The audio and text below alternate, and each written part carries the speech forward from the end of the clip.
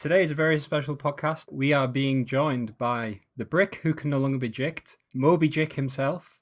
I think I've exhausted all the puns I came up with, but anyway, Jick, Zach Johnson, hello. Hi, thanks for having me. That was not a lot of puns. It was a poor display, but I felt they were strong in effort. That's true. They were all good. Do you have any others? I know your name on KOL has Jick or Treat, which is a good one. I've been thinking about this for the last 48 hours, and that Moby Jick was the best one. Yeah, I know. I never actually think about it. I guess it's the one piece of KOL content that I've never had to write any puns about.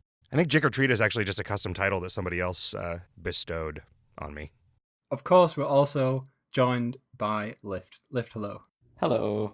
I will just go with the tried and true Yay Jick. Oh, Yay, Jick. Thanks, guys. Just a heads up for everyone, our normal discussion of the item of the month will obviously not be taking place today. We'll do that at another time, perhaps later on in the month. But we'll also be discussing the Pirate Realm, I'm more than sure, with Jick later on.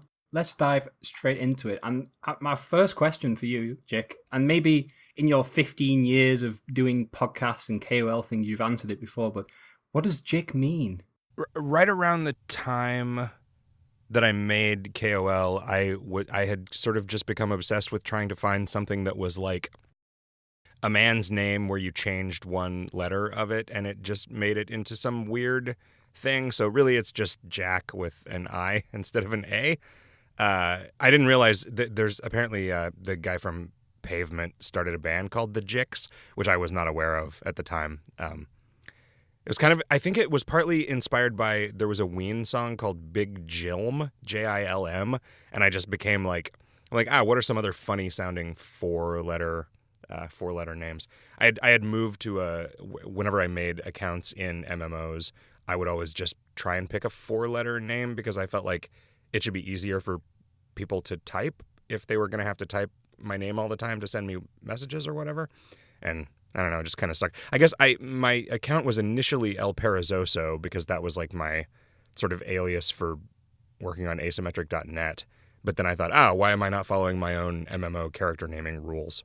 And so I changed it. Speaking of West of Loathing, we've all been enjoying the DLC. How are you guys on that front? Are you pleased with the sales so far? Yeah, it's doing all right. The DLC took a lot longer than it should have by some measures, but that was partly because we had the kind of privilege of not really needing to do it, and we weren't expecting to port the game to the Switch, and so that took up a bunch of time that we weren't planning on spending, and so that kind of took away from DLC development. But I'm glad we had the opportunity to do it. It's been fantastic. We just ended up with a lot more work to do post-launch than we were expecting, both because we didn't know what it was like shipping that kind of game, and also because the game has been successful enough that there's a not insignificant amount of support, just like technical support for users and stuff, and just other things that we didn't know we were going to have to do. But the idea was always we'd make some DLC and see how it sold, and if it sold okay, then we would think about making another one. Once it took more than a year to make it, we kind of moved to a different plan where, all right, if this DLC sells well, we will hire someone new to sort of design lead another piece of DLC, and then we'll just do the kind of QA on it and fill in any writing that we don't like that the other person does, and then I would have to do the art, obviously. But we're talking to some people, so our plan is to move forward with another piece of DLC at this point. It hasn't sold crazy well, but it's sold well enough that it justifies reinvesting some of it. Can we expect a Switch port of the DLC? Yeah. That is what Kevin and Victor, the Unity programmer, have been working on. It's just everything takes longer on consoles because you have to submit things for their certification process. It's the DLC is running on a Switch in the office here, so it's far enough along that it's there. It's just we have to wait for Nintendo to do their testing and approve it. It's probably still a month out, if I had to guess. But it's also possible that their cert testing goes faster for smaller things like DLC than it does for full games. That's great news. I've got multiple friends who are actually waiting for the Switch port as it happens. Yeah, and a lot of people talk to us about that, and that was why we also there's no world in which we've been disappointed by the sales. The sales haven't been spectacular, but we also haven't really told anyone about the DLC. We launched it and we tweeted, "Hey, there's DLC available," and then we sold some copies, and then Markiplier did a video where he played it, and then we sold 3 times as many copies as we had when we launched it, just based on that video getting it in front of people. So we know that once we publicize it, people will get it, and then we also know that once it gets onto the Switch, that's kind of where the action is now. We're selling more copies every day on the Switch than we are on PC at this point still, and it's where a lot of the audience seems to live. So more DLC is coming. How about a kind of brand new environment or game, or I think at least I've been throwing around the term of possible East of Loathing ? Yeah, something like that. We during GDC, Victor, the Unity programmer, and Chris Moyer, who has been the KOL programmer for many years, and he's the one who made all of the sort of back end content development tools for West of Loathing. We during the week of GDC, we just sort of burned all day on getting the West of Loathing engine into shape to start working on the next game. There are some not really user-facing fundamental changes, but there are some big changes to the scripting language and the way that data is exported and stored that make things better and make things more flexible for us, that we sort of had to all be in one place to kind of crank out. And Riff is coming to visit San Francisco in a couple of days, actually, and so that'll be our first big sort of story meeting for the next game. So it's getting underway, and that was part of the reason that we wanted to get a sort of a different creative director for the next piece of DLC, is so that we are all very eager to get to work on the next game, and we're at a point where we, can start working on it. The only thing left on Victor's plate is the Switch DLC port, and I guess there's a couple of other, getting the DLC onto GOG and stuff like that. All of those things are some small amount of work, but yeah, we're ready. I have no idea how long it's going to take. West of Loathing was we were both building a game and building the sort of box that the game came in, and now that we have that box and we know what kind of games we can make with that engine, I would like to think that we can make a second game faster than West of Loathing, but we also don't have we're not under the same pressure that we were when we made West of Loathing. So who knows? Maybe we'll when we're not worried about running out of money, maybe we'll just take forever and produce content very slowly. But I hope not. I'm hoping a year and a half or 2 years of development. But maybe we'll be surprised and get it done way faster. Can you throw us any tasty little fish hooks of what we can expect in the future? There will probably be some fish hooks in the game. Okay, you heard it here first. Lift, you and Jick might not actually be strangers. Would you like to elaborate on that? Jick, this is, I feel like, a second try, because at 2017 PAX West, I ran into your booth and saw this goofy-looking stick figure, and it intrigued me, and I walked up to what I now think is Riff, asked for the pitch.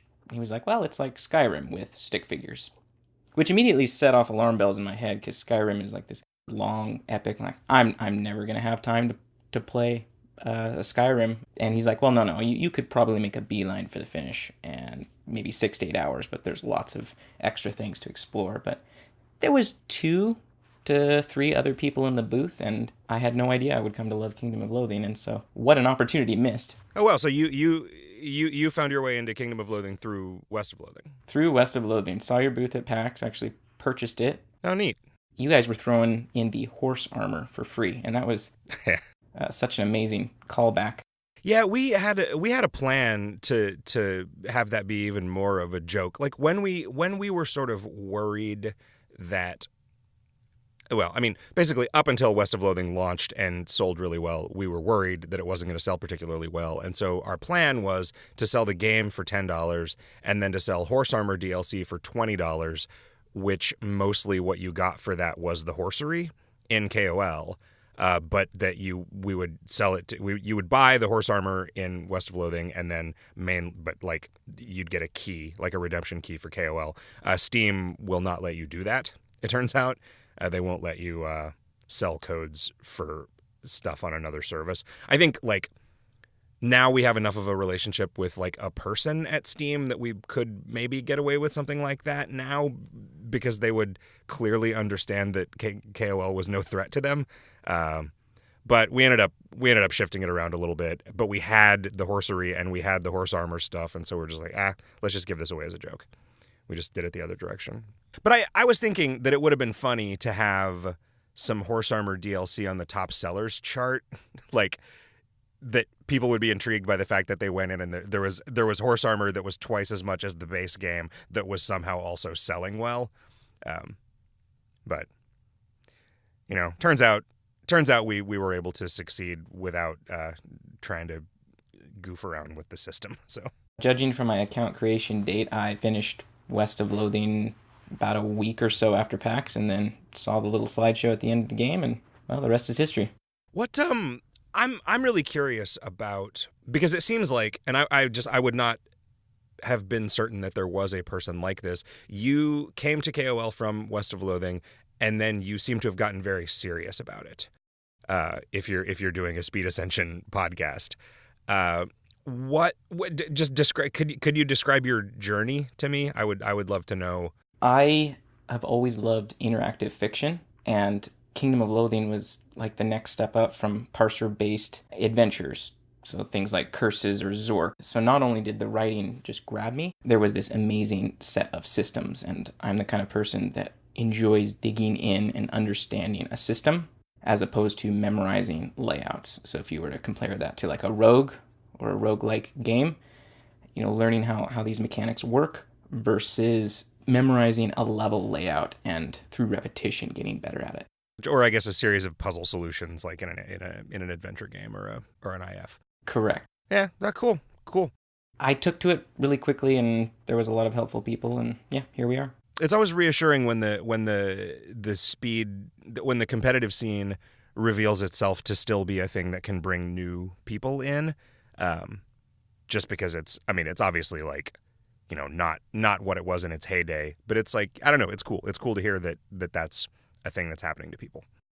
I particularly like Kingdom of Loathing because if I am brain dead on a day, I can still enjoy new writing that I haven't seen yet. I can enjoy the new Pirate Realm, but when I really want a nitty-gritty complex system, it offers that as well. Right on.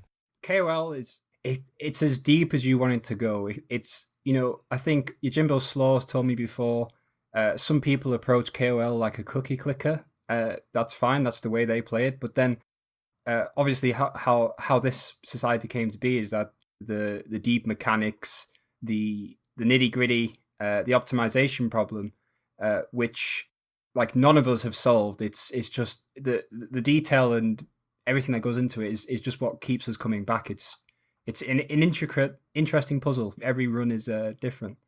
An interesting and intricate puzzle that was created basically entirely by accident, which is and is continued to be maintained almost by accident. No one is as surprised as we are by the ways in which new things get used and the ways in which new mechanics interact with old code.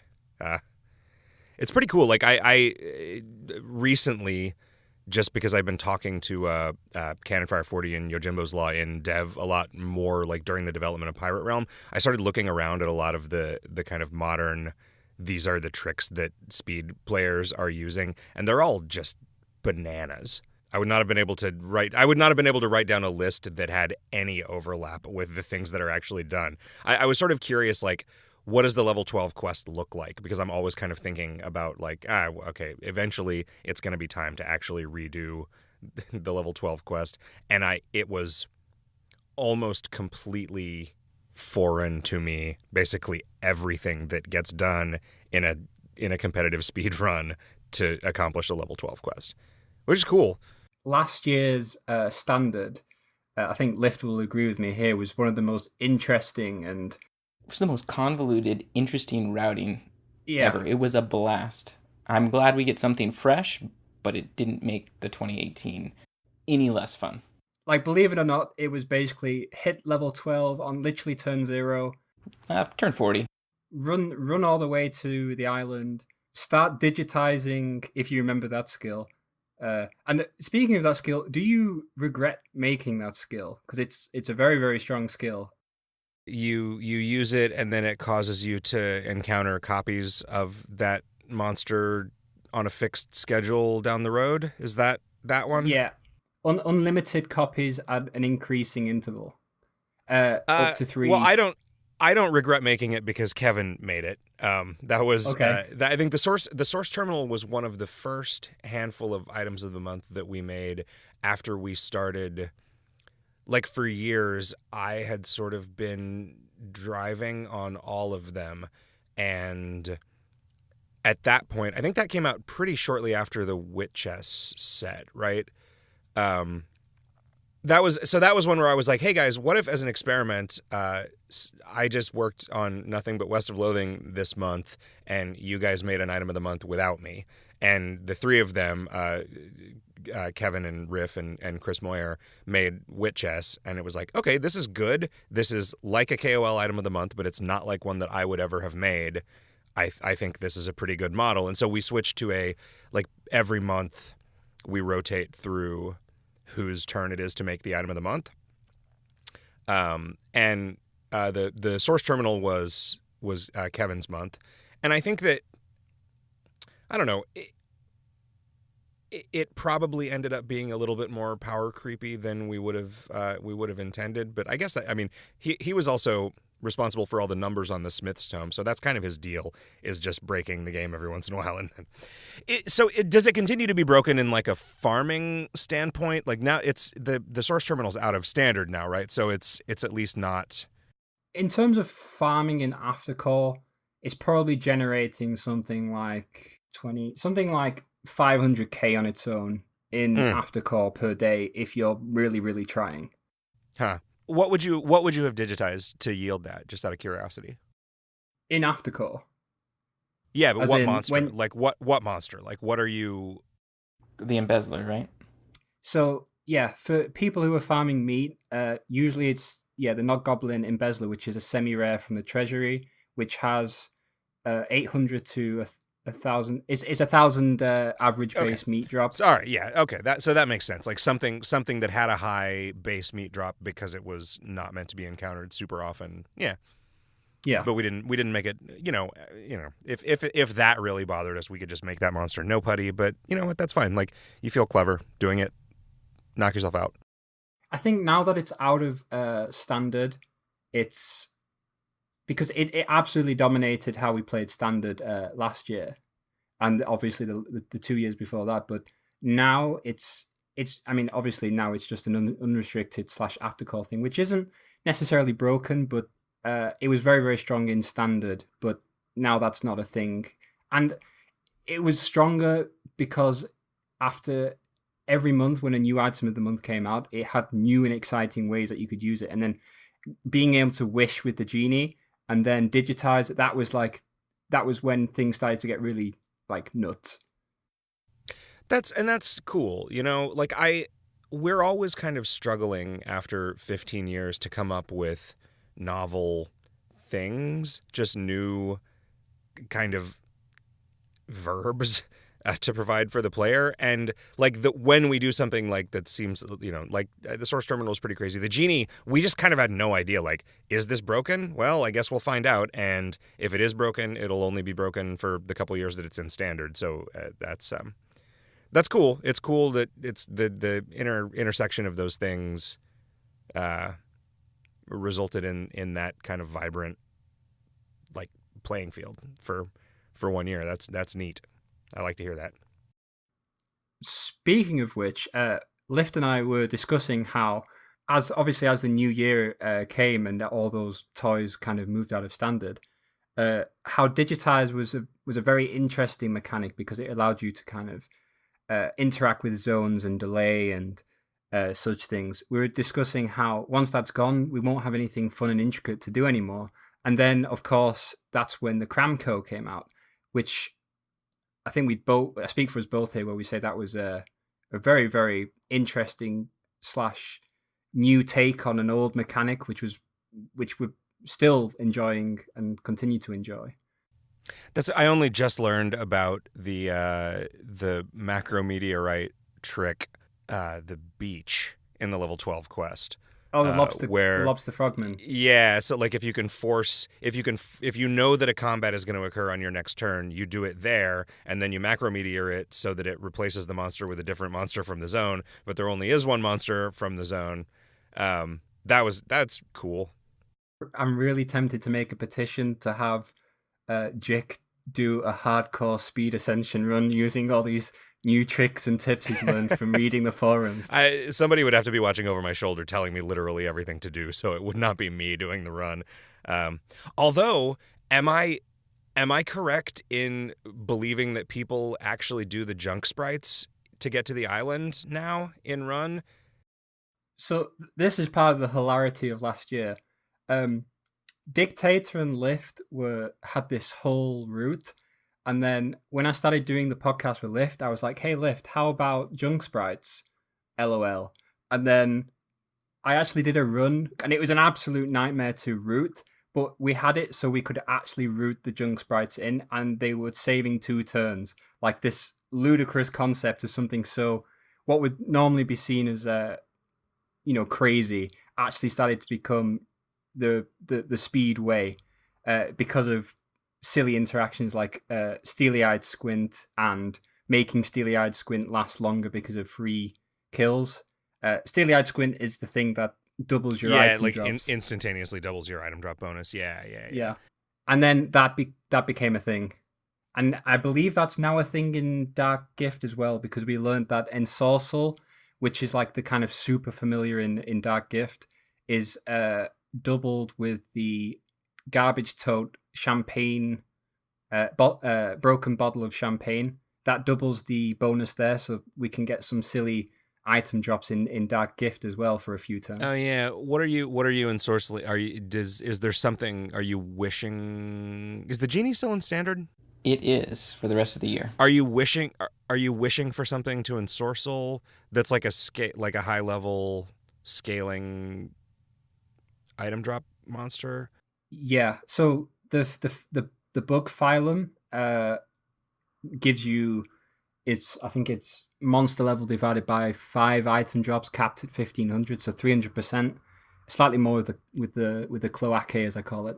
And then basically what people have been doing is either one wishing for a black crayon beetle, I think it is, but the people with the Space Gate actually go into Space Gate, which has never been used in Run before, apart from... Oh, right. So, but there is a planet where you can encounter a very high level spant. That's pretty cool. Ah, man, I like that a lot. And that adds a whole bunch of other wrinkles because there's elemental damage, so you have to save places where you can regen your health, doing things like using barrel cranks or crafting fulminate. So it spirals out of control quickly. It started off as a meme. It started off as a player called the Erosion Seeker literally typing, "How about Spants, lol?" And then we realized that they were getting like an intrinsic plus 600 monster level, which means you were getting like capping the monster level for the ensorcel bonus, and then the rest is history. Neat. See, we planned all of this. Yeah, of course. Talking about things that have come in and out of the meta, free runs have kind of turned into free run banishes, but what are your thoughts on copiers going forward? Right now we only have one standard copier, at least item of the month derived, and that's the Love Enamoring, which is a single wandering monster copy. Do you like to design towards or away from these specific mechanics?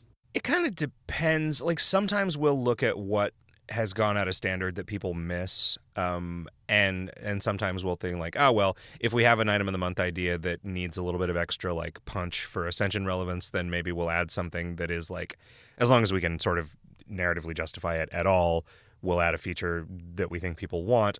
But oftentimes, looking at the landscape recently, like there was a period of a couple of years where I was like, let's make it so when you get really good food and booze from item of the month content, that tends to be very low size, so that people aren't just constantly filling their entire stomach and liver with like free epic food and booze in the hopes of like making some of the normal food and booze from the rest of the game slightly more relevant. And I think we did I think we achieved that this year. Mm-hmm. And lately, I've been kind of starting to think like, maybe we shouldn't be cramming quite as much bonkers item drop into items of the month, so that in a couple of years that will have eased off a little bit, because I think that, as interesting as that stuff is, I don't think that like it would be interesting if it's just stayed that way forever. So we're trying to come up with different ways of making things powerful in the context of an Ascension without just piling on to the ways in which there are already a bunch of powerful things is definitely a concern for us.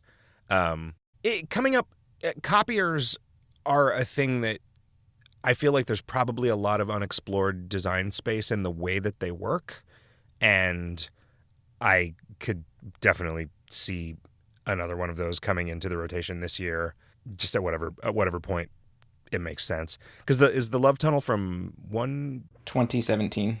Oh, so it's like 26 months ago.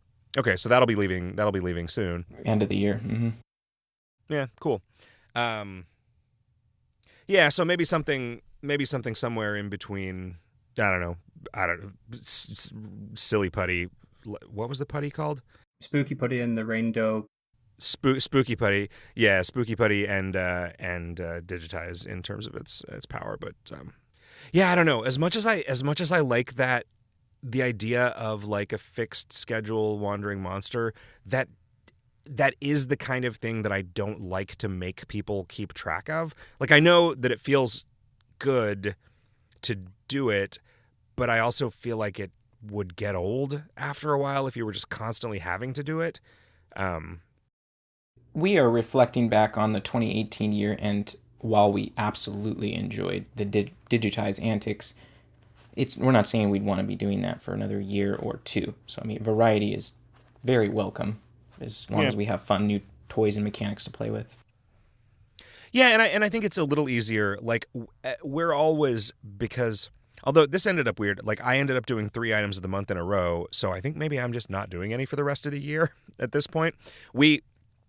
We wanted to mess the schedule up a little bit, because there was just this situation where it was like Kevin always had the February item of the month, and like I always had the December item of the month, and so like we were just like having the same holidays over and over again to theme things after, and we were like, let's shift that schedule. And then somebody did 2 in a row. I think maybe Chris did 2 in a row, but then I was like, it's been too long since there was a charter, so I'll do a quick item of the month and then a charter. But then the charter ended up not getting finished anywhere near in time, so I did another even quicker one in the cloak. It was I don't know if this I don't know to what extent I was supposed to have even looked at this stuff, but I was flipping through the Discord channel of questions that people had written in for me, and there was one about the power level of stuff in Pirate Realm versus like I don't know. I don't know that they specifically mentioned the Vampire Cloak, but like I think that we want to kind of alternate. And I will pop back up the stack to the thing that I was originally talking about here, but we kind of like to alternate. We don't want to do 2 things like the Vampire Cloak in a row. Like, we can get away with every once in a while, this is just a simple item that is extremely powerful in a very obvious and evident way. And then with something like Pirate Realm, it's like, well, I actually just kind of don't care about the Ascension relevance of this. Like, I put in the key thing because it's like, oh, is this a thing that people would do? Like, if you could get a legend key with like a 9-turn investment, would people do that in run? And Cannon Fire Yojimbo was like, yep, absolutely, people would do that. Like, okay, that is it. That is the only Ascension relevance of this thing. Because then that frees me up to just make it whatever I feel like plays the best. Side question, is there a reason that the key from the Pirate Realm can only give the hero keys instead of the digital or star keys? I don't, not in particular. It's, I guess I think of the hero keys as a thing that you are more likely to sort of screw up and forget to get if you're not paying attention. Like, that is a thing that always happens to me when I actually do Ascensions, is I'm like, crap, I didn't do the daily dungeon on every day of my run, and so I don't have all of the hero keys. Whereas, like, if I had turns, I could go farm the other ones. I absolutely agree with you there. It's like one big digression that we've had. I'll just get back to the top of the stack and then we can move on. Basically, my point was doing an item of the month every 4 months as opposed to every month for any given one of us, I think allows us to sort of step away and have some time for, I don't know, it's sort of like that, like solving a puzzle in your sleep, and when you come back to it the next day, you just do it effortlessly. I think it's helped to make the items sort of weirder and more interesting than they would be if we were just kind of like grinding them out the way that we did for the first 12 years. I'm always super excited, like little kid on Christmas Eve sort of thing, when it's the start of a new month and the new item of the month is anticipated to come out. And I have to say, like, there hasn't been an item of the month that I haven't enjoyed. I'd say the last item of the month I didn't enjoy was Ginger City, but at the same time, I kind of realized that Ginger City probably wasn't made for me, so I can't really complain there either. Yeah, that was. I was thinking about that, like, after reading that question about Pirate, because there was also somebody had asked, like, why is the gear in Pirate Realm not particularly interesting? And that's really, I mean, it's more of a question for Kevin, who put the numbers on the gear, than it is for me, because I don't really know. But Fantasy Realm went over better than the Gingerbread City, and I think the Gingerbread City was just a little, everything that you got in there only served the interests of being able to get more sprinkles, and that was just not as compelling an extrinsic motivation as I guess I wanted it to be, because it felt kind of like the Spelunky minigame to me, where I think people did get into just sort of score chasing in that context, but I think also it just probably wasn't as good as that. But yeah, so that's the kind of bad taste that gingerbread put in people's mouths is something that I think about when I'm making stuff like this, and I want to make sure to not just err on the side of not doing specifically that kind of thing. I mean, there were a bunch of people that liked Gingerbread City, and I was happy with, like, the structure of it. I think it just didn't, like, it was good as a piece of content. It just wasn't good as a piece of KOL gameplay. And that's kind of the sense that I get from people's feedback about it. I think the problem is that the people who are vocal about not liking things are usually from a similar sort of, play the game in a similar way, sort of like treat it as some kind of optimization problem, either in aftercore or in run. And Ginger City, for example, didn't really address either of those areas, which makes it sound like in terms of the perspective of Reddit or perhaps the forums, like, oh, we don't like this kind of thing. Whereas, lots of people, and I mean, I enjoy good content. I mean, I'm loving Pirate Realm, although in terms of speed relevance, it's not like up there with, say, Cramco, but I'm very much enjoying the content there. And people who enjoy the content are not likely to be as vocal about liking the content as people who want, 10 turns off their run with each and every new item of the month or something like that. Yeah, that's certainly true. And I also think that even the people who are, posting in the forums because they're working on that optimization problem in the public square, they have come to be okay with the fact that not every item of the month is going to be more turn count power creep. And that's fine. I think everyone kind of understands that that's a healthier way to do it for the game's sake. I particularly advocate kind of feeding and boozing yourself using your in-game skills with a few exceptions, like one or two organ space here and there of particularly strong item of the month orientated things. What I really enjoy is something that's something like the quality is awesome or good or something like that, which is like, kind of mid-range, not bad, but also, it's not like 1,000 turns per organ, like some of the epic stuff we've seen in the past, which has a particularly strong effect. A good example, I guess, is the primitive alien booze, it's like 5 organ, which is, quite significant. It's only good, so that's like 3 at most, I think, per organ is good. But then it has a really powerful effect in that it can increase the number of turns of up to 10 effects that you have, which is something I imagine in standard this year will be very, very pivotal to softcore play and also to hardcore play. I really enjoy those kind of effects, and also stench jelly. I think that was really excellent kind of mechanics. Yeah, that had a bunch of cool unanticipated effects, which that makes me happy. This will lead into another question, which is actually, what do you think hardcore and softcore turn counts / day counts should be? Animus, you brought up a good question. Jick, in your last podcast, you talked about trying to slow the ascensions down and the futility of trying to do that. And you gave an example of like 2-day hardcore. So where would you like, quote unquote, fast hardcore to be? I really don't know. I think when we introduced Ascension, we thought, well, maybe, a hardcore run will take a month and a softcore run will take 2 weeks.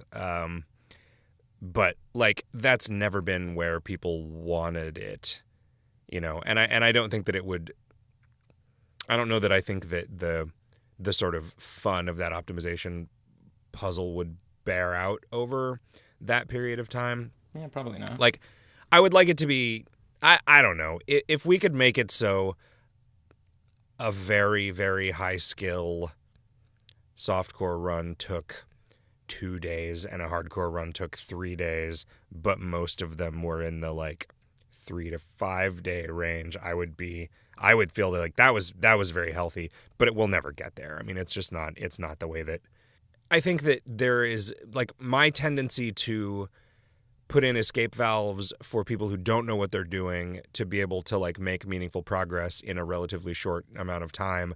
That combined with the just intense cleverness and like persistency, thoroughness of serious players in finding ways to sort of twist everything to their advantage, whether the intent behind the mechanic or the content was to advantage them or not. Like, and I mean that's just what is fun for them, right? And I think I was grouchier about this when I was younger. I don't like just lay awake at night grinding my teeth thinking, ascensions are too fast,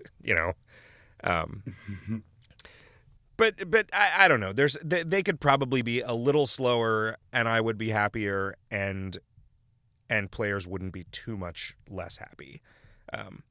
Yeah, personally, I dislike a meta where 1 day is the standard for softcore speedruns, just because I feel like 1 day is a little bit crazy. I'm sure there's definitely people here who disagree, who love the fact that 1 day is possible.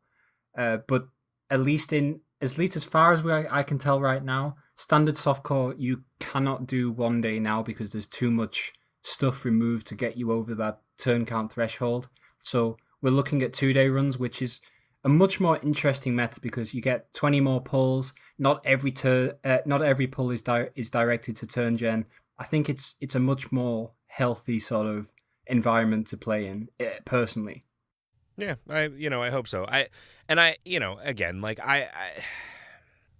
was surprised when I saw like what the level 12 quest looked like now, and I don't know when I redo that stuff. Like if I get around to it this year, which I'm like I want to, if for no other reason than like that is the main the level 12 quest being unrevamped is the main thing that still feels unfinished about KOL. Like the quest tracker just stops working at level 12. And the way that the war starts is such a convoluted nightmare that I don't want to adapt the quest tracker to it. I would rather spend that time just making it not like that anymore. But I don't know, like, if there was a way that I could make it so very clever play resulted in you spending like 85 turns on the level 12 quest instead of 55 turns, that would make me happier, and maybe it wouldn't be that much of a bummer. But what will probably happen is that I will screw it up in some way that makes it so now high-end play finishes it in 25 turns instead of 55. So it's interesting to think about. Like, I want people to have fun is at the end of the day the goal here, and it seems like there have been times when optimal play was tedious and unfun, and people tell us about it when that's the case. And it doesn't seem like there's a ton of that now, which is good, I think. And so, like, as long as people are having fun, I think it's kind of okay. Like, here's a question, Lift. Are you still perming skills? I am. I have most of all of the relevant ones. I am about 7,000 karma away from perming everything. So you don't feel like pressure if you are doing one-day softcore runs. You don't feel like you need to do one every day in order to be... No, and I wouldn't have the time. That is the thing that I want to avoid, right? And I think it's maybe just like... I think it takes less time now to get all of the relevant Ascension skills than it used to when you were just getting one per run, and I think that the leaderboards are probably less competitive than they used to be, just when there were more people speed ascending. And so hopefully some of that pressure being off also just makes it so it's people can kind of engage with that puzzle to the extent that they enjoy it and not feel compelled to do things that suck. You talked about the revamp to the level 12 quest. Is there anything else you can envisage being changed or revamped anytime soon? Perhaps small or big? I'm still into the idea of the semi-rare and clover collapse, but I don't know. The forums don't seem that excited about that. I mean, it's not a thing that people would be excited about, I guess, is part of it. It's just it is interesting to me. But who knows if that'll ever happen or not.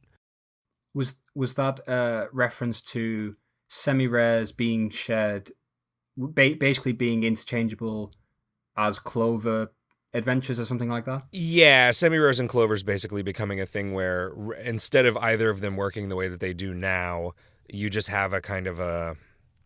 Like, you would use a clover to get, like, a lucky flag, and whenever you went somewhere, well, lucky, you would either get the semi-rare or the clover adventure there. And we would obviously, like, in the places where that would obviously be, like, lame because there's, like, a terrible clover adventure in a place with an important semi-rare, we would just, like, get rid of the terrible clover adventure. But just making it... I don't like the idea of having to track semi-rare counts, and...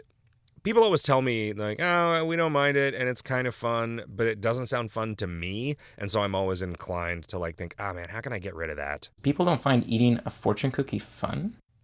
Does anybody use fortune cookies? Is that... Because, like, that was a thing where it's, like, if that canceled out a little bit of turn gen, then that was cool, but, like, we could also just make it so a fortune cookie, in exchange for one fullness, just made you lucky. Rather than just knowing when it was going to happen, it could just make it happen on the next turn, like that hot dog.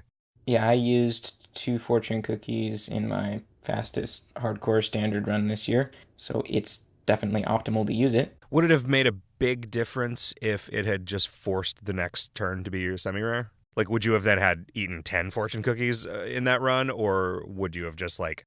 The problem is that the reason why we eat the fortune cookie is because our turn count is so ludicrously low now. It doesn't matter whether or not we actually have turn gen. Like, you'd be surprised probably in the fastest 2-day runs just how much organ space we have left because we don't need the turn generation. So essentially what you would be advocating there is people eating fortune cookies for free and not impacting on turn gen in meaningful ways that you'd probably want. Right.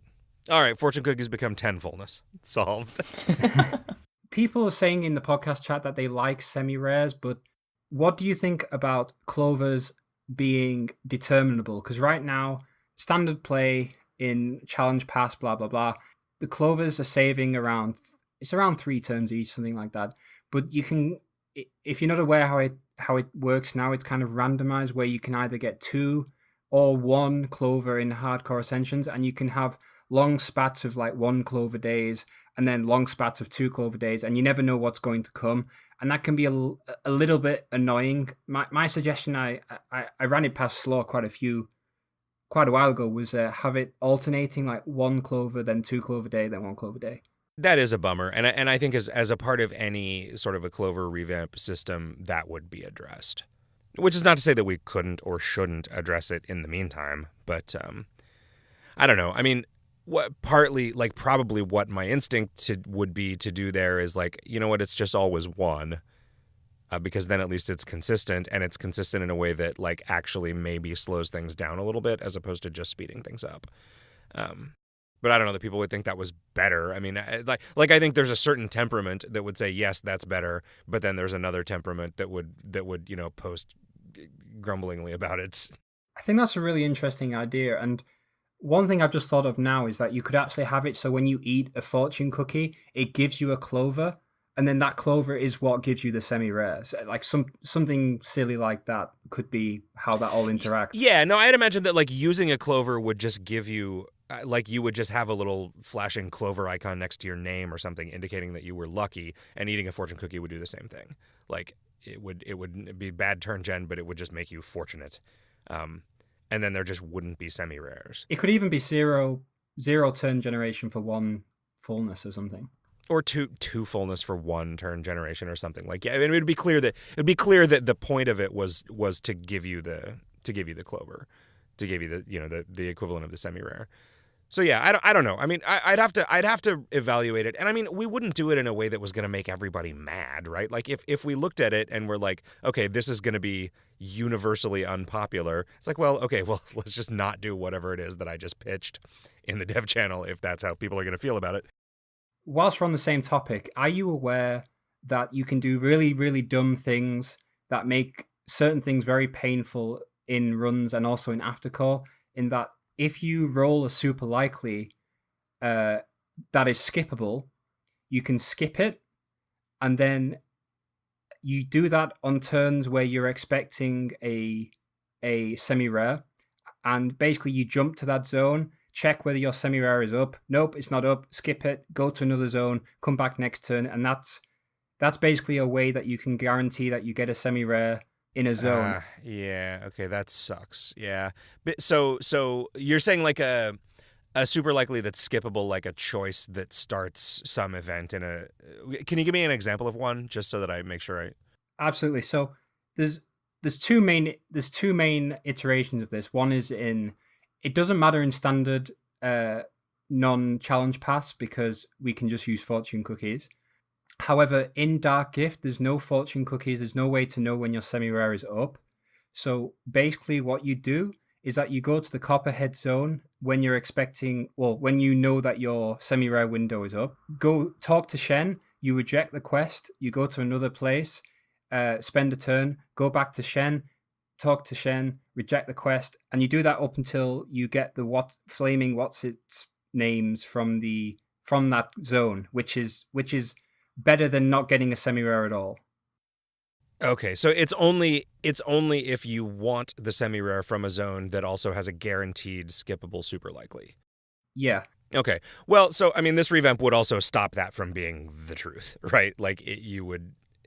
And also, actually, I kind of like the idea, you pointing out that you can't use fortune cookies in Dark Gift. Like, we could also, that could be another way, I mean, and you're not going to like this, but that could be another way in which challenge paths get a level of challenge added to them. It's like whether or not this particular path allows you to get lucky could be another lever that we could turn that would change the way that it played. someone pointed out that the main reason that people actually do this kind of 40 turns of fiddly kind of rubbish is because getting that semi-rare, which also counts for the delay in that zone, it's better getting that semi-rare which is marginally useful than getting a semi-rare where you don't want it and costing you +1 turn. Right.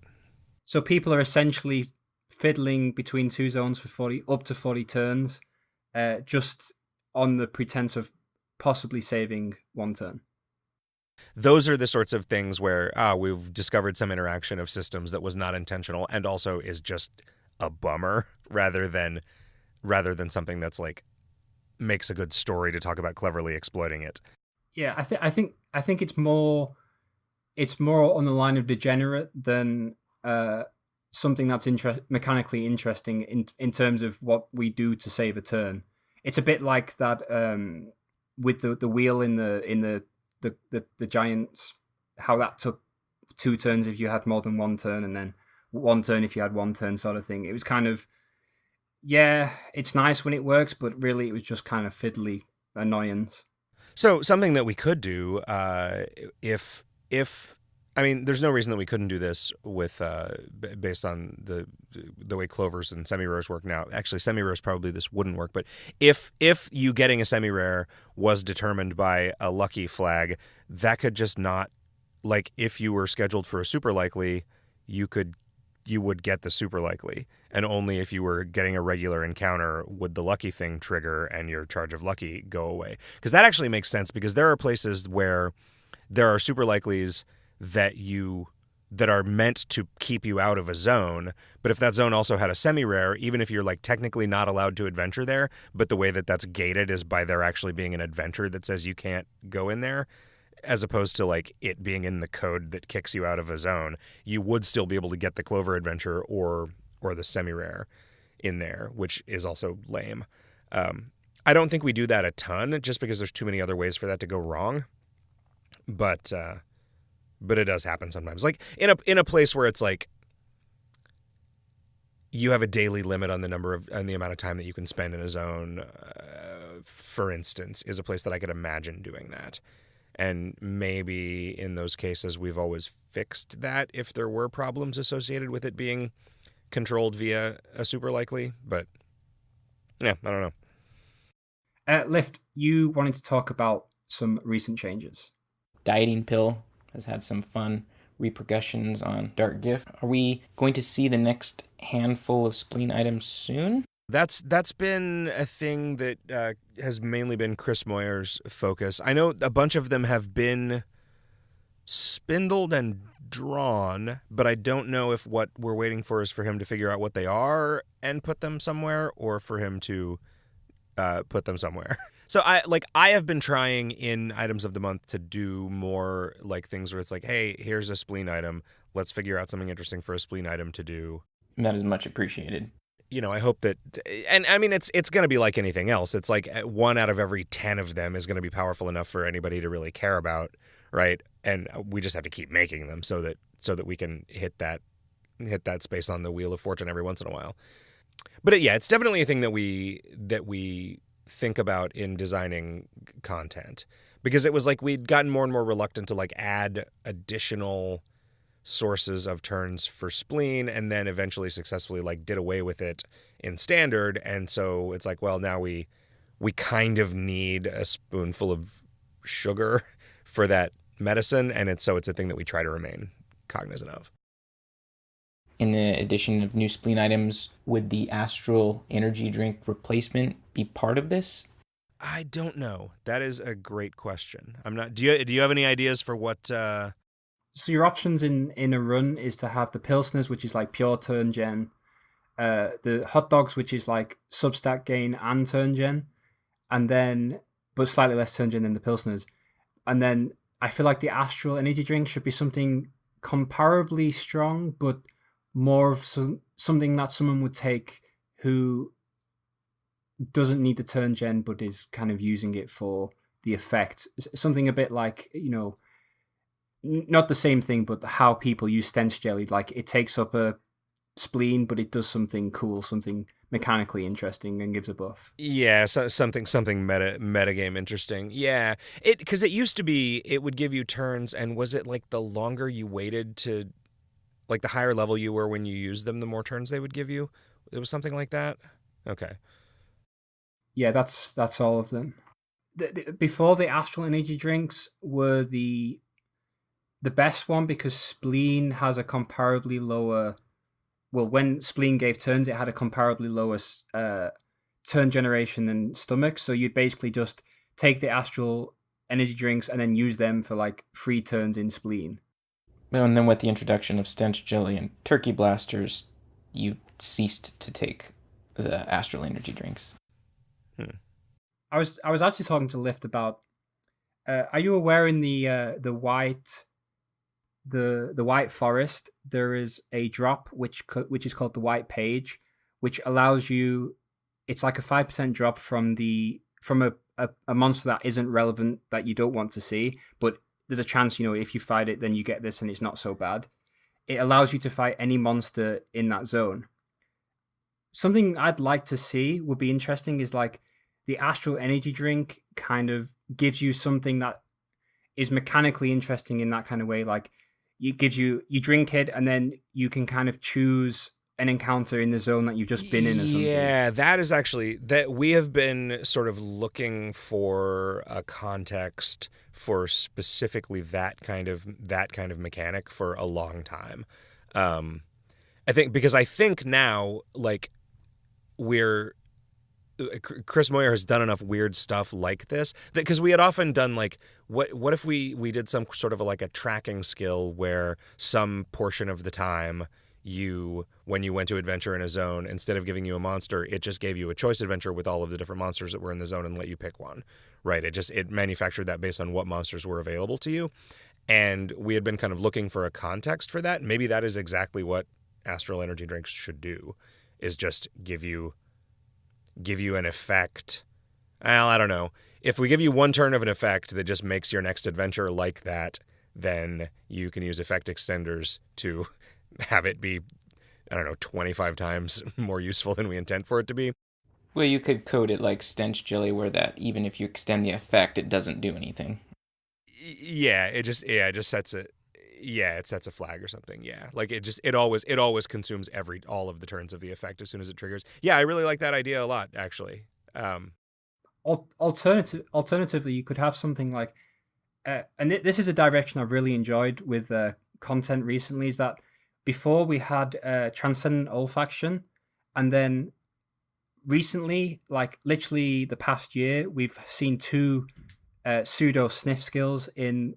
One is affectionately named turtle sex, which is the Galapagosian mating call. Yeah.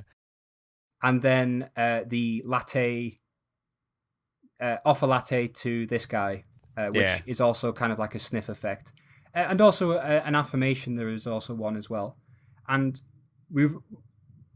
people are very surprised. I actually thought you were going to nerf olfaction because we'd never seen sniff skills, and then suddenly 2 in a row, and then we were kind of had impending January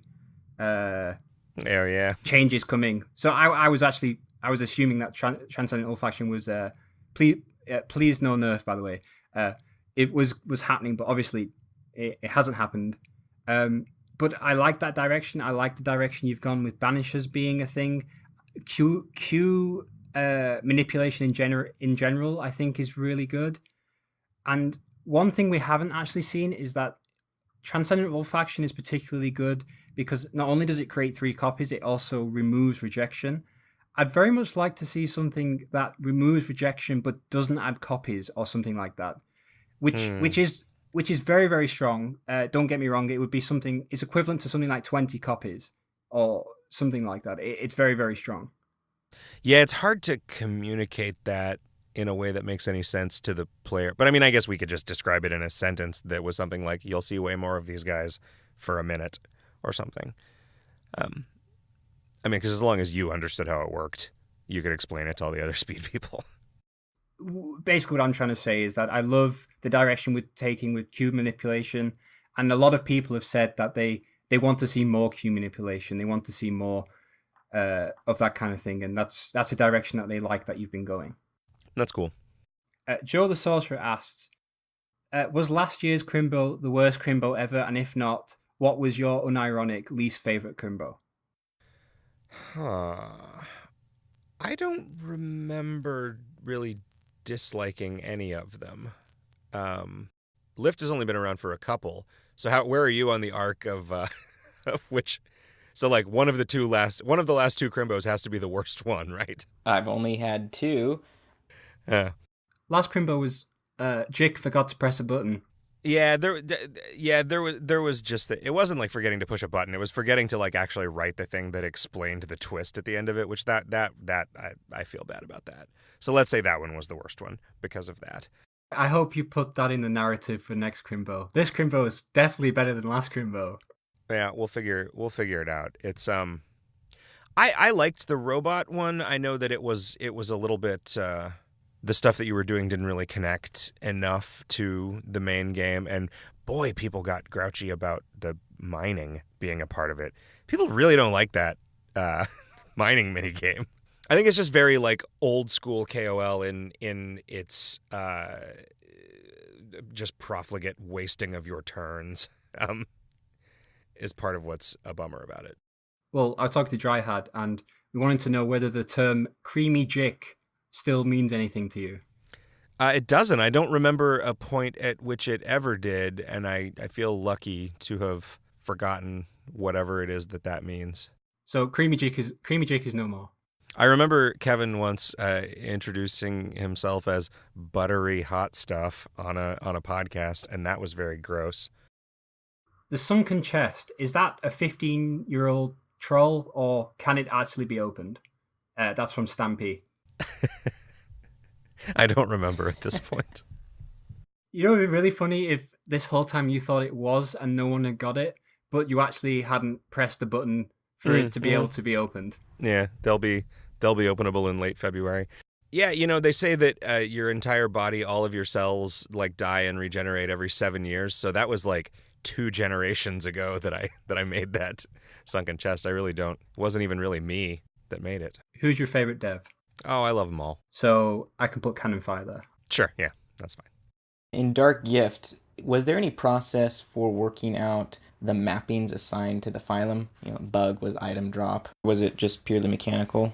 It was a little bit of both. I mean, I remember discussing it with Dev and putting the powerful effects on the rarer phylums deliberately. Although that rarity, you know, we obviously knew that there were going to be tricks. It never occurred to me that Spacegate would suddenly become a thing, which that is actually super cool. Very cool. But yeah, you know, like when I did this, I was like, all right, if we're going to put this important thing, because like it's, you know, goblins just do the like damage blocking thing. And like that was always the intent, was for like the most common phyla to be pretty basic, just what we tend to refer to as like quality of life combat augments.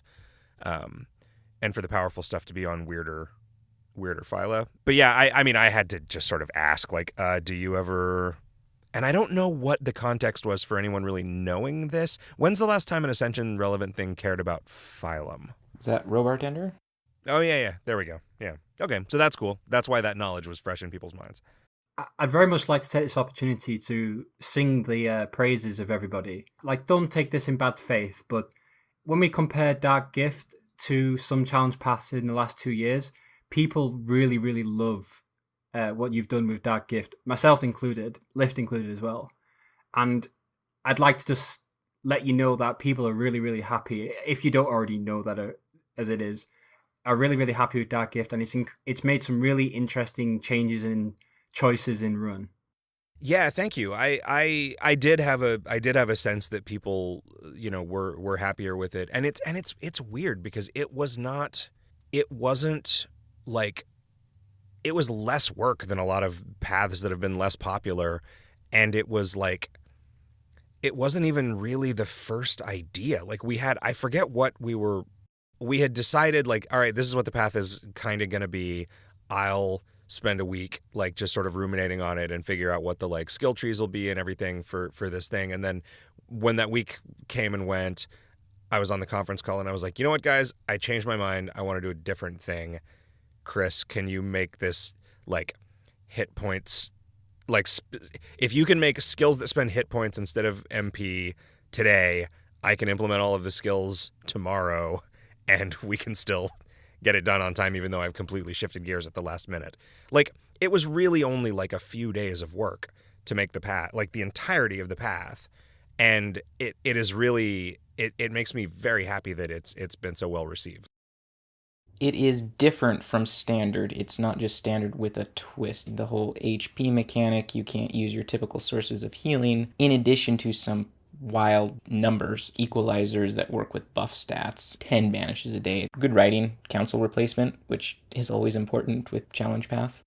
Yeah, that is such a... There are a handful of things that are just very reliably like a small amount of effort results in people feeling like a lot has been done. And the replacement council text is a thing that's like, we might as well just like always do that from now on because it does not take that long. And it really goes a long way towards making a path feel realer. Absolutely. And that's cool. Like, I'm really glad that we discovered that. And we have since, like, it is not entirely... We can't do it entirely in the data. I still have to edit one line of code in the actual council script per path. But generally speaking, like, we've almost like automated most of the things that are not the writing that's involved in doing that. We're doing more and more of that as time goes by. We're just like, it used to be that for a familiar name generator, I had to like go in and write some code. Now, whenever you use a new familiar, it just checks for the existence of a like thing in the data with a particular name. And if so, it uses that. And we've done, I forget exactly, we did something similar to that with like replacing the text in some other context recently that we can now do in a much more automated way that just makes like a few sentences of writing. And you're creating a master checklist for yourself. Like, this is what makes a challenge path interesting. Yeah. Just being able to like the more we can say like, all right, this is just a function of the data of a challenge path. Like the more likely we are to just like, all right, this is the thing that we just do for every challenge path now. I mean, the next one is like it's going to be weird and different and not super content heavy because it's the summer and the summer kind of never is. And I have no idea. I think anything is going to be disappointing after Dark Gift. That's the secret downside of making something that people get really happy about. Sure. But also you can always still play Dark Gift.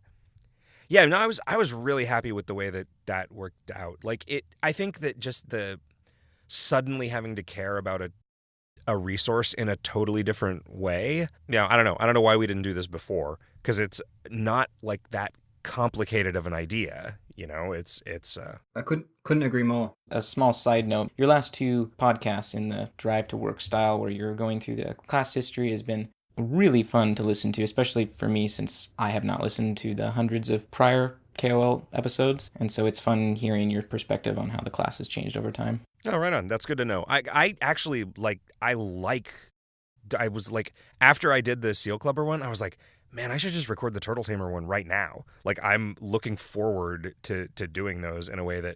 And I guess partly we sort of knew part of the reason that we spent the money on this podcast studio inside our office is so that we could just do random recordings of opportunity like that, because it had gotten to the point where just logistically doing KOL podcasts was a real slog. Like, it was just kind of challenging to organize to do it when we were... I won't get into the details, but just like it's a fun and like productive way to spend an hour. It's neat to like I don't know exactly what I will do after I get finished with the 6 classes. People have suggested like doing challenge path retrospectives. I'm not like, I don't know that I have enough to say about a given challenge path to do that. I mean, I guess I could talk about old items of the month, but then I'm just not going to remember how they worked. I, for one, would be interested because NS11 was... Well, I started the game in 2006, but my account got deleted when that was a thing. Yeah. But I didn't ascend or anything like that back then. So, but NS11 is something that I don't know very much about. But it'd be interesting, perhaps in the next kind of iteration of Drive to Work, something about the history of KOL, or how it changed, or what drove Ascension, what drove NS13, blah blah blah.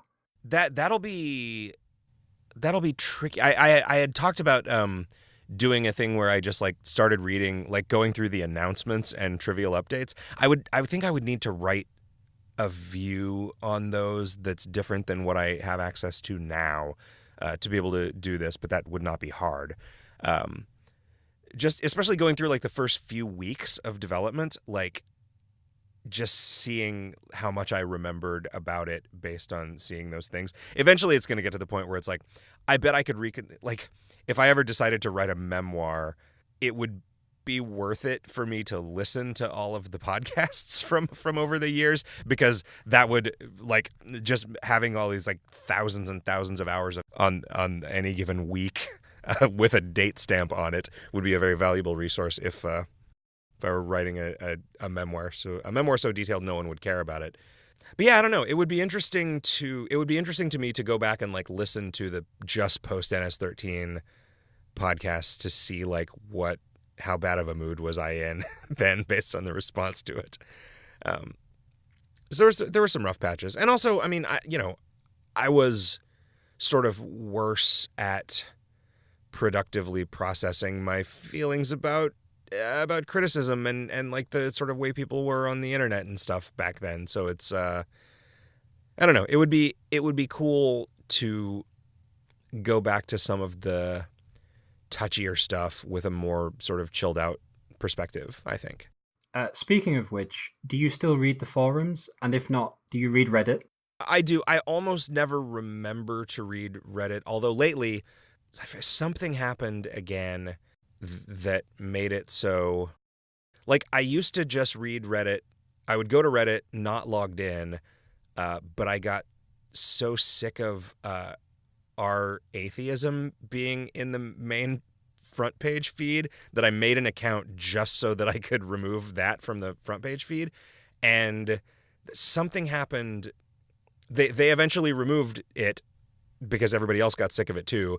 And so I started browsing it not logged in again. But then something else happened not too long ago that made it so I'm like, I'm just going to log in. And so now KOL Reddit posts just bubble into my main timeline, so I'll see stuff when it gets some upvotes.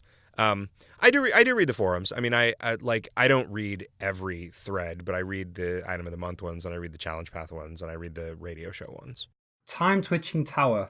Now, we know that you didn't like doing the development kind of Twitch streams, which is absolutely fair enough. But I believe you did say it would come back at some point. Yeah, I would like it to. There's a part of me. I forget if there's been a time when we brought it back without adding a level to it. Have we done that? It's because it's been a couple of years since it came back, I think. I was just going to say, the problem is there's a few kind of items in the gift shop which people miss to be able to buy. Yeah, and I mean, at this point, also, like, it would make a bunch of money if we brought it back, and so there's even fewer reasons not to do it. Yeah, I really ought to. But the thing is, I want to add a level to it if I'm going to bring it back, and then that usually, that there's just a bunch of things that are not like, it's not as easy as making other content. There's just sort of more stuff that has to be done ahead of time. I enjoyed doing those live streams, but they were just exhausting, and I just can't. I don't really have room for that in my life right now. But just adding a level ahead of time and then making it available for a couple of days is like, I just should do it. Like, it would make a lot of people happy. It would not be that much work. Like, I could probably spend one day making a level of the tower, and if that's all I did that day, it would be fine, and then be able to roll it out. I speak for quite a few people who would even without an extra level would be very, very happy just to see it come back. Yeah, no, I feel like I would feel like it was a failure if I did it. It would feel, I think, explicitly because bringing it back would result in a bunch of people spending real money at it. I would feel I would feel weird about bringing it back without putting any effort in, which is, I mean, this is a dumb, like, vicious circle, right? Because if it would make people happy, I shouldn't feel bad about it. But, like, there is still enough, like, just weirdness in me about things that make us money that I can't shut it off. Relatedly, Plastic Lobster asked, will you ever host a KOL Con again meetup, please? I don't think so. Because we just don't live in Phoenix anymore, and it would be too expensive to do it in San Francisco. Like, and also, like, it's been long enough now that all of our, I mean, it's not like we couldn't do it if we were there, but, like, I don't know if that venue is still a venue. I don't know if, like, our food trucks, maybe they don't exist anymore. There's some stuff that we still have a hand in because of ZapCon, but yeah, I don't know. I wanted to stop doing KOLCon while it was still going strong, rather than, like, letting it get sad. It would have been a bummer if oh, hey guys, welcome to KOLCon, all 8 of you, and it's not to say that those 8 people wouldn't have been having a good time, but, like, it's like, okay, I think it's just time to put this to bed, because otherwise it will become a thing that is depressing to me eventually, one way or another. Leave it on a high. We had a question about charters. These content zones, they're obviously much more difficult and require a lot of effort from a design perspective. Is there something more rewarding about making them? Potentially a follow-up question, because you put so much effort and energy into them, would you ever consider making that style of content unlocker an item of the year instead of an item of the month? I like doing them, and I think that it's sometimes they're really stressful. And Pirate Realm did not feel good to make. I don't think it's, like, appreciably worse than the others, but for some reason it just wasn't coming out of me the way that I would have liked for it to. And I have no real idea what to attribute that to. That's a lesson that I wish I could learn about myself. I'd like to say I love it, just personally. I think it's great. Yeah, thank you. I enjoy doing them, and I feel like if we go a long time without doing a kind of high effort, high content item of the month, I start to feel like, okay, we're not really... Just because I know that there are a tremendous number of people who will just buy the item of the month every month, regardless of what it is, I feel like I want to keep the average amount of sort of quality content that those people get high enough that I feel good about taking their money. I like designing those things. This one, it was just like, we tend to, like, work on stuff with, like, 80% of an idea of what everything in it is going to do, and then we just, like, get started, and then the remaining 20%, those questions kind of answer themselves, and they just, like, weren't answering themselves for Pirate Realm, and I have no idea what it was. It just never felt right. And I could look at it and I could tell, like, no, this is not any different than other charters. It's not, like, less cool in any way. It's just... Do we know if the Pirate Realm signals are implemented yet? They're not. That is we know what that's going to be. I was just waiting for Kevin to get back from New Zealand so that we can work on the thing that is. A big chunk of it is done. There's a bunch of work that's just waiting for me to change some conditionals so that we can start running that stuff. But it's probably going to be another week or two. I think it'll probably happen after Riff is gone after next week. Good to know. As far as the item of the year thing, I knew that this was going to be a problem, but there's just no sane world in which an item of the year can come out not on January 1st. And January 1st is, like, the last time that I want a huge content thing to be due, because it's just combines with Christmas and a normal item of the month. And, like, my Decembers were just such a hellscape for so many years that I just don't ever want to put myself in that position again. Yeah, that's a really good point. Just getting rid of the content.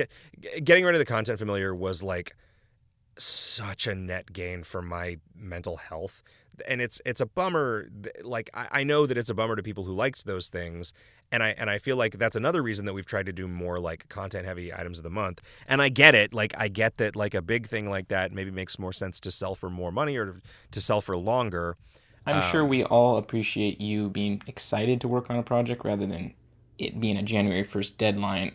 Well, but I appreciate that, and everybody is always, everyone in the community, like regardless of like, you know, how I've felt about like people complaining in the forums or whatever.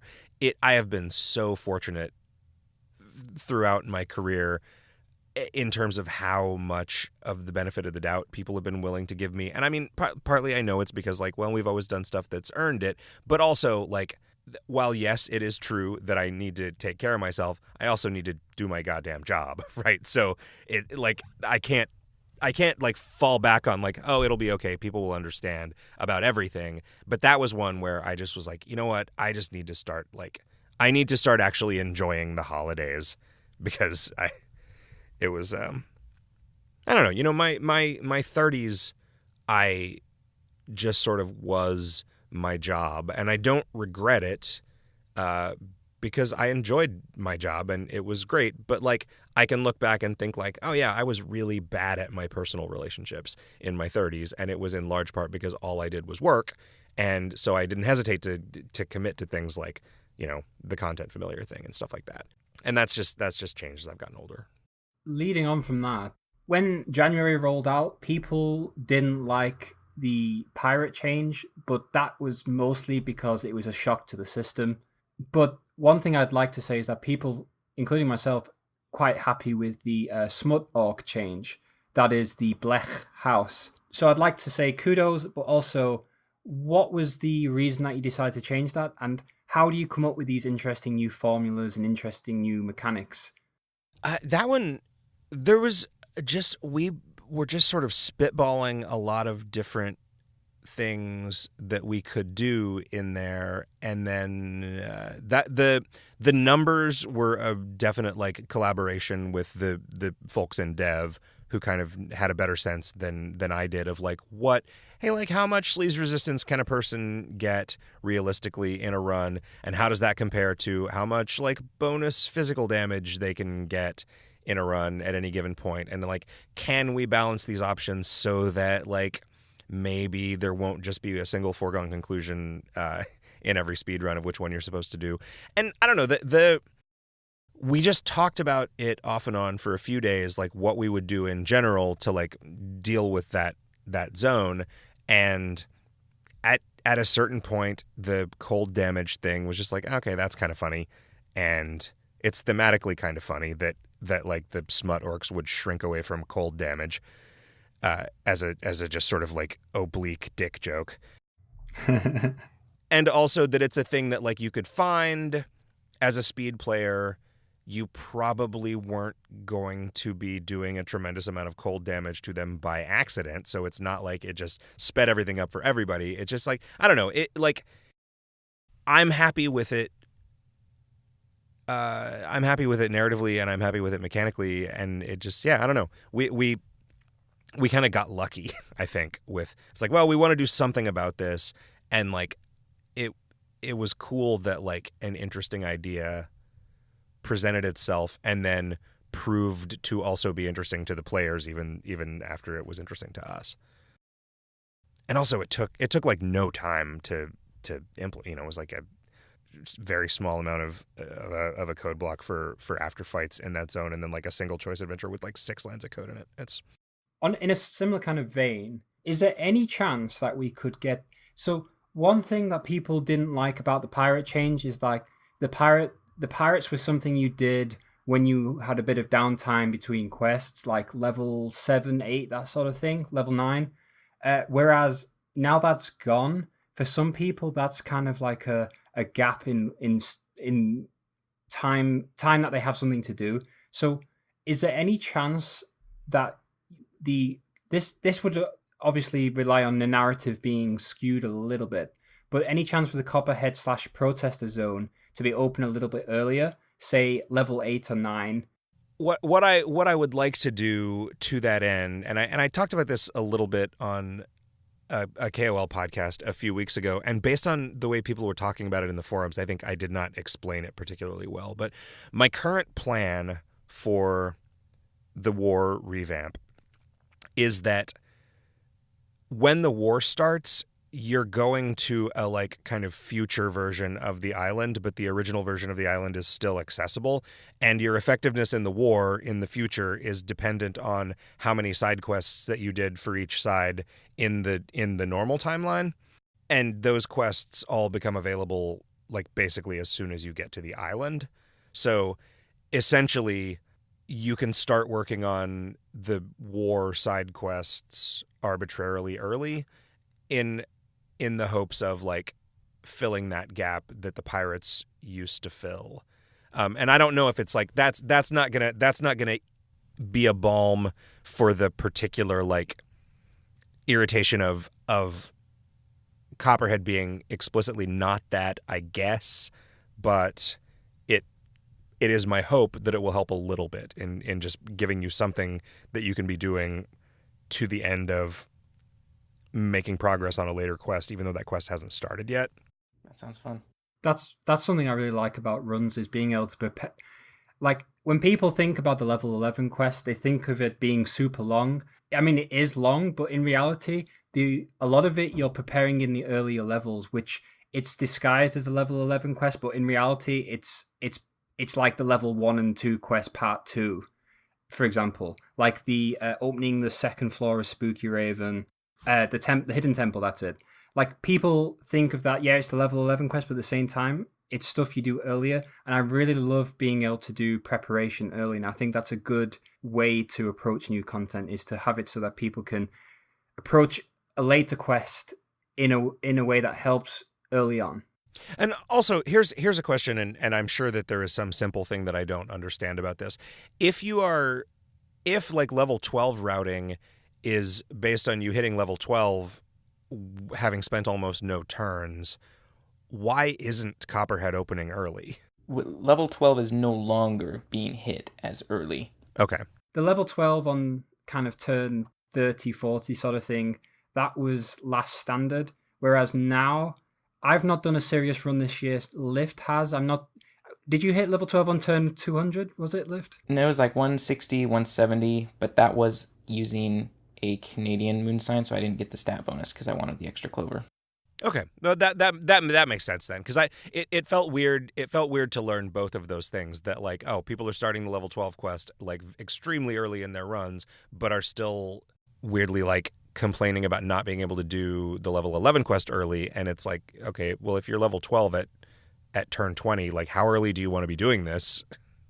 The main provocation for that is that not everybody has every single item of the month. Therefore, they're not got like ludicrous leveling like someone like me and Lift might have. Sure. So yeah, that makes sense. Those pirate quests are actually quite pivotal to people who want to do speed play but don't necessarily have all the items of the month from the last 3 years. Yeah, that makes sense. And that's absolutely a category of player that we should be thinking about and giving affordances to. Kazian asks, do saber-tooth limes taste any different from regular limes? They do not. Do you have a favorite monster? Oh, gosh. You had the blooper, I think, was your avatar for some time. Yeah, I'm not sure why. I think that was just, I noticed that it was the same width as a player avatar graphic. Boy, I don't know. If I maybe someday I will do one of the Drive to Work style shows where I look at where I go through ahead of time all the monsters and make a list of my 10 favorite monsters and why. I like the stuff in the Colliginous Abyss quite a bit because I think it's tonally jarring in a way that's interesting. I used to say that like the El Vibrato stuff was among my favorite of the content we'd done, but I bet if I revisited it now, I wouldn't be as enamored with the design of it. Although I still like the way that stuff looks. And I really like the way that stuff kind of translated into West of Loathing also. I think seeing it animated in a cool way by Wes was like, oh yeah, okay. So this is still like the thing that I was imagining does look pretty cool, regardless of what level of fidelity you're displaying it at.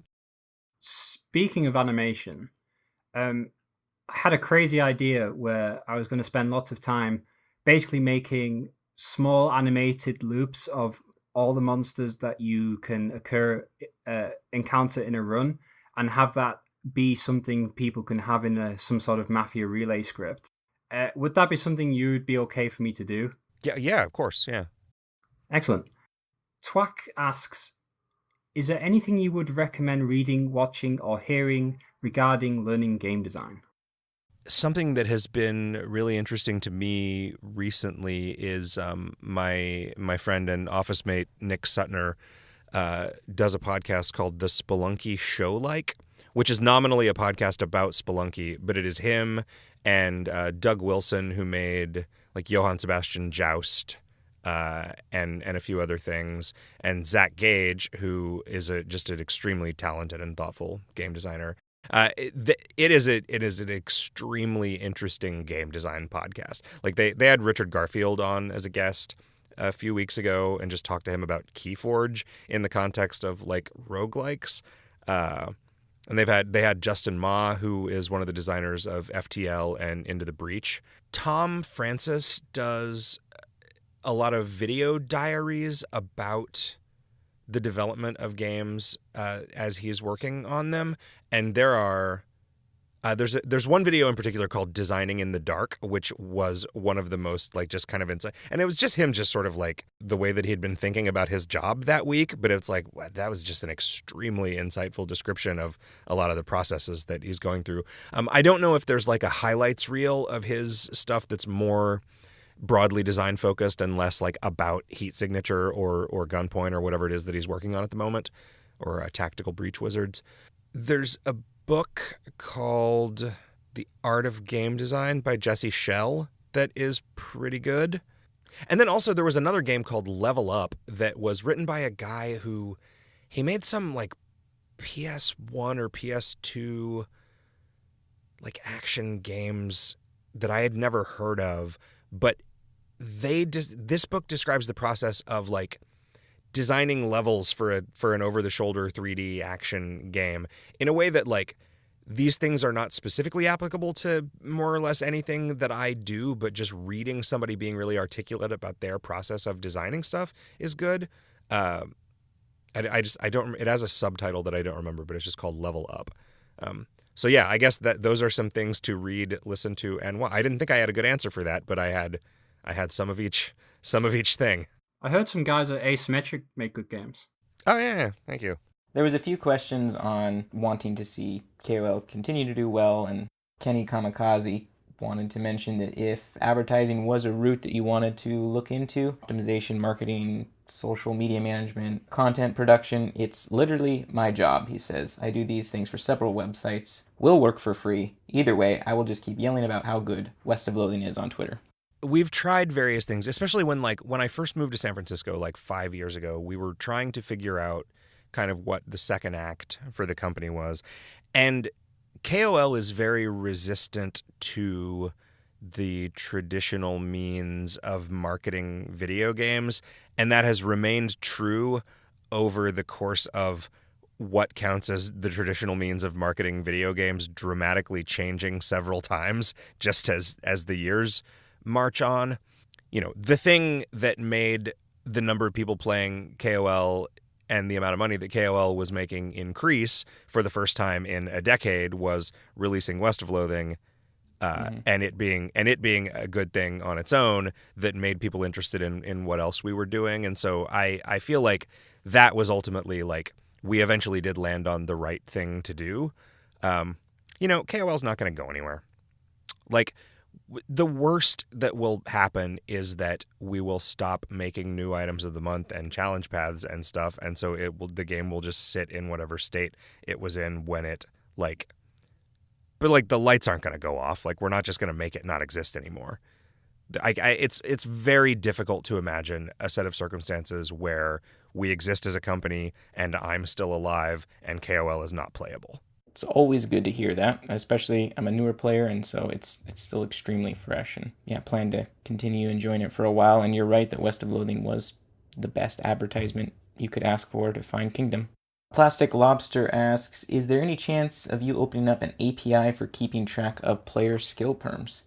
He has a website that you can use to track your perms, and he'd like to be able to make it available to those who maybe don't run Mafia.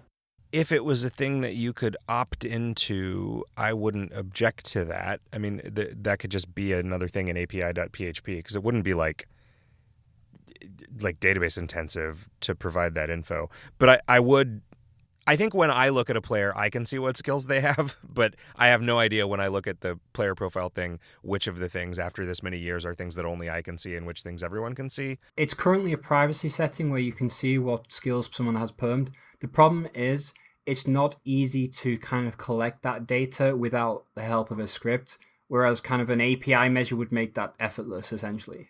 Oh, yeah. If it's already a thing that there's a privacy setting for you being able to see, then yeah, like that would be trivial to just add. Because it's not the implementation that would be worrisome. It's the would anybody mind this information being made available? And if it already is, and I've just forgotten that it's available, then yeah, that let's see, send. I don't know what the right way to get this in front of me at a time when I can ask CD Moyer to add it to the API thing is. Keep bringing it up in every context until we do it. That's the. In a similar vein, we're going to be hosting a big contest in the summer. The current prize pool is, I think, around $700 with something like $1,000 expected. Oh, neat. And it's an Ascension competition, which is based on, it's to give everyone a fair chance. So there are teams made up of tiers of depending on how many skills people have and how many items of the month people have and which ones. An API system for that would also make tiering much easier. It would be really nice if we could just collect that from an API and sort of have it on a spreadsheet and then tier people like that. Yeah, no, we should do it. I will try to remember to mention it to Chris on my way out of the office here, which is to say, leave him a note asynchronously that he will read at some point in New York. It's not like he's here. I think we'll leave it there. Mm-hmm. Thank you ever so much for joining us. It's been an absolute pleasure. Yeah, absolutely. I've had a great time. Hopefully, one day in the future. No, I would love to do this again. Jick, thanks again for your time. Yeah. Thanks again for having me. Thank you, Lift. It was a pleasure. I'll leave you all with something. I wonder if Jick still remembers this. Eva, can I stack Rod Sadass Dot Cats in a cave? Yeah, of course I remember that. How do you even come up with those? Some of them are ingenious. Oh, I didn't. That I just found that on the internet somewhere.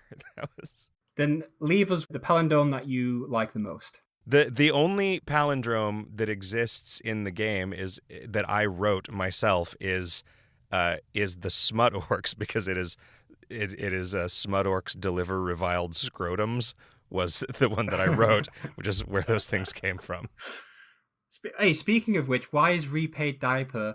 Why is the number not 22? The number. It's plus 15 familiar weight, and I feel like this is blasphemy. It should be a palindrome. Maybe it could be plus 11. I don't know. I'm sure that Hot Stuff considered that. Or we can make a cosmetic enchantment that's like plus 15 familiar weight, and then that whole string backwards. I love it. Perfect. Thank you once again, and good night, everybody, and haha, what? Haha, what? Keep flying towards the moon. Animus, we completely forgot to mention something rather important. We sure did. Which is why we're retroactively adding this segment. Please, fill us in. We want to give a very, very special thanks to Jick for gifting not only 3 West of Loathing games, but 3 DLC packages as well. Ooh, the Reckoning at the Gun Manor. Absolutely. We'll be giving those to some of the authors of the best questions. So the winners' names will be in the show notes, and we'll contact you directly on how to receive. Thanks once again, Jick. Yes, a big thank you to Jick.